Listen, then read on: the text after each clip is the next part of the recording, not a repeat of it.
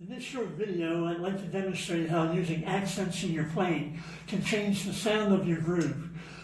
Today I'm going to play a part from Tommy Igoe's Lifetime Warm-Ups. It's simply a single, double, triple paradiddle. I play each one for 2 measures.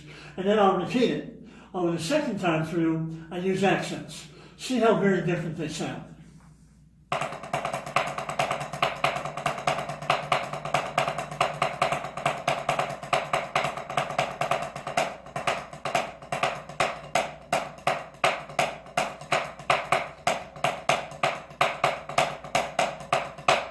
So there you have it. Add accents to your playing. Ghost notes like David Garibaldi did with Tower of Power. He's known for using ghost notes in his grooves. Add accents and it can change your groove and give you a whole new sound. Thanks for watching.